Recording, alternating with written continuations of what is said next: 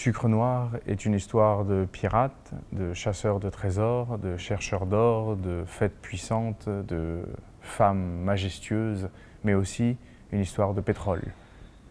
En Amérique latine, au Venezuela, la plus grande tragédie a été de découvrir un gisement de pétrole qui a mis presque un demi-siècle à se tarir. À partir de là, nous en avons fait une rente pétrolière. On a arrêté de produire et on s'est mis à tout importer. Le pétrole aurait dû multiplier les vaches dans les prés, les poules dans les volières, aurait dû transformer un sentier en une autoroute, construire des barrages. Or, on a décidé d'en faire une rente. L'idée était de parler de cette réalité, mais en passant par la fable, en passant par l'allégorie. Faire le portrait d'une famille de maîtres remiers qui, dans leur tradition profonde, en s'occupant d'une plantation de canne à sucre et dans la fabrication du rhum, conservent les traditions des Caraïbes.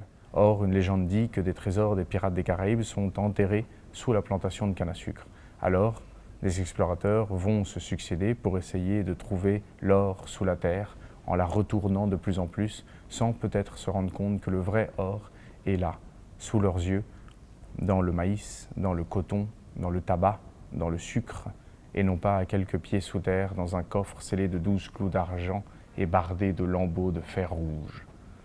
C'est la raison pour laquelle le roman s'appelle Sucre Noir, tantôt le jus de canne, c'est-à-dire l'ambre, le miel, la mélasse, et de l'autre côté, l'or noir du pétrole.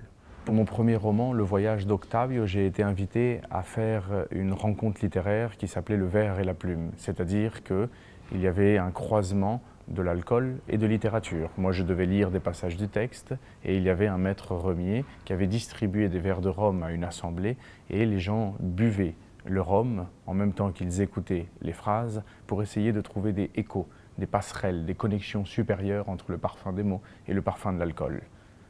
Lorsque le maître remier s'est mis à parler du rhum, j'ai été surpris de voir que cet homme utilisait un langage qui était beaucoup plus proche de la poésie que de l'alcool.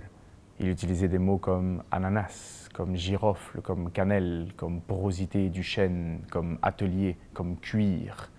Et je m'étais dit, comme j'aimerais qu'un jour, quelqu'un qui parle de mon livre puisse utiliser les mêmes adjectifs et trouver le même éventail de tonalités de couleurs. Je suis donc parti au Venezuela, dans la ferme distillerie Santa Teresa, qui se trouve dans l'état Aragua, près de la Victoria, où j'ai pu rencontrer le maestro ronero Néstor Ortega, qui lui m'a montré l'arc transformationnel du rhum, c'est-à-dire depuis l'instant où tu coupes la canne jusqu'où tu te sers un petit verre de rhum avec 2 glaçons et un trait de citron vert.